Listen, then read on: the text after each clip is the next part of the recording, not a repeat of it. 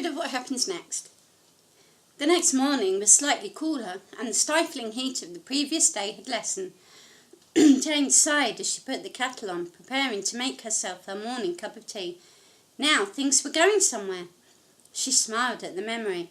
Mitch had left her with one last kiss and left for home. She enjoyed his company and felt that there had been more to his tale than he had been prepared to tell. But in a way they had so much in common. This might turn out to be something grand, she thought, smiling again. Leanne was just about to go to the shops when she saw Jane leaving. "Morning, how are you?" Jane smiled brightly and nodded. "I'm fine, thanks." Leanne gave her an amused look, which Jane took to mean she had seen her arrive home the previous evening. "Oh, aye, and I bet a certain someone makes it even better. Little Miss Innocent. I saw you and Mitch arriving back last night, and by the way he was kissing you, I would say you're together." Again, Jane nodded. "What the blazes happened? I thought you couldn't so much look at each other." Jane gave an amused look. "You mean you had nothing to do with it?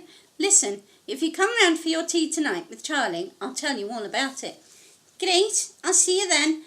You give me all the juicy details," called Leanne as she walked toward her car.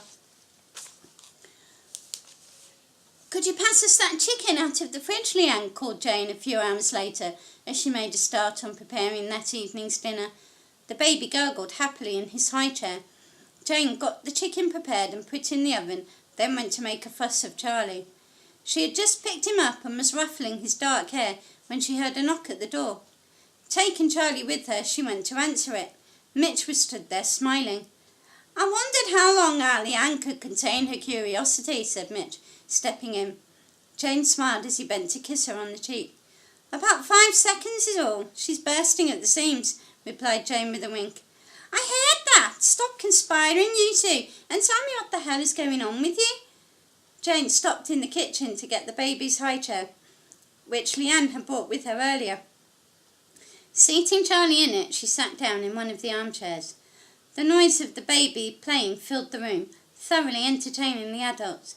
Leanne tore her eyes away from her son long enough to repeat her earlier question. Mitch settled himself in a seat and rolled his eyes at Jane while mouthing, "Here we go." Leanne waited impatiently for one of them to say something, folding her arms across her chest and clicking her tongue. "Well," began Mitch, "Leanne dear, all that happened was that I simply got afraid this lovely lady was going to get away, and I finally found some cottage. That's the whole story." Jane smiled to herself as she got up to finish preparing dinner, leaving Mitch to face another barrage of questions. Later on, Leanne helped Jane clear up, and then took her son home. Mitch stayed on, helping to finish clearing up, and the two were soon talking as they worked. "So, Mitch, why don't you tell me a bit more about what happened with your ex?" Jane was putting pots and pans away in the cupboard. She heard him sigh and straighten up. "I'm sorry if I spoke out of turn." With a shake of his head, Mitch smiled. "Don't be daft. All right, I'll tell ya." Mitch was enjoying a night out with his best friend. It was his 20th birthday, and he and Warren Butler were enjoying a few drinks. Warren gulped down his beer and turned to his friend. "Cheer up, will ya? You've got the personality of a wet blanket. That witch is not worth it, and you were right to dump her." Mitch took a swallow of beer and nodded. "Yeah, I know, it's just that—" Warren interjected. Yeah, you love her." Mitch looked hurt. "Yeah, well I did. Can we talk about something else? You're depressing me, mate." Just then Kelly walked in. Mitch took a deep breath in as he saw she had a new beau. "Dave Chapman, the sod. I'll bet he couldn't wait to get his hands on her." Warren put a hand on Mitch's arms. "Forget it, mate. Leave it alone." After half an hour of watching Kelly and her date getting romantic, Warren was getting concerned. "Come on, mate. You get upset if you hang around here." Mitch nodded as he took a last swallow of beer. When he turned round, Kelly's date had disappeared to the gents. Kelly was making her way towards them, tossing her red head of hair. "All right, Mitch. Warren."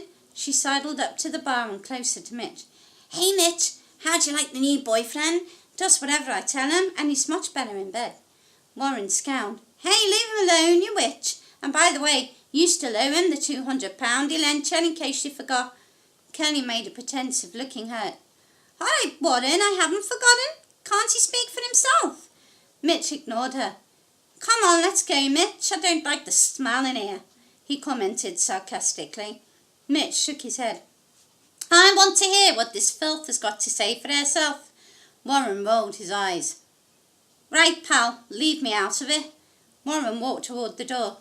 Bye-bye, faithful lapdog, said Kelly, waving at the boy's back. Mitch turned on her. Why have you got to be like that, Kel? It's pathetic. Mitch ordered himself another beer as Kelly's boyfriend returned. He looked perturbed to see his girl chatting to the handsome 20-year-old. Hey, pal, cut that out. That's my girl there. Mitch grabbed him by the shirt collar. Yeah, and you're welcome to her. A few people at the bar turned round in surprise. Just then, the fight was stopped in its tracks as Mitch's brother Frank and his new girlfriend, Leanne Rivers, arrived. Frank grabbed Mitch and pulled him off Dave. Stop that out, kid. Me mum will have a fit if she finds out you've been fighting over filth like her. He gave Kelly a disgusted look. Kelly gave an inhuman laugh.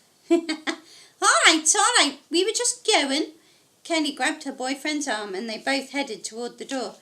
Frank thought he saw the trace of a satisfied smile playing about her lips as she turned to look at the three of them.